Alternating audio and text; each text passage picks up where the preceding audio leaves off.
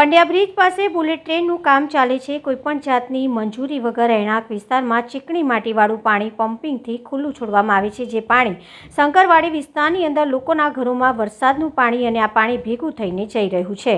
Bullet train પ્રોજેક્ટનું અહીંયા કામગીરી ચાલી રહી છે।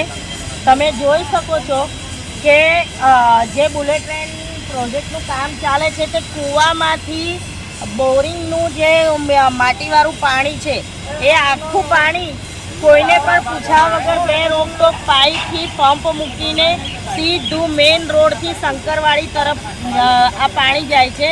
શંકરવાડીના અમારા સ્થાનિક રહીશોના ઘરોમાં માટીવાળું ચીકણું પાણી ગયું છે।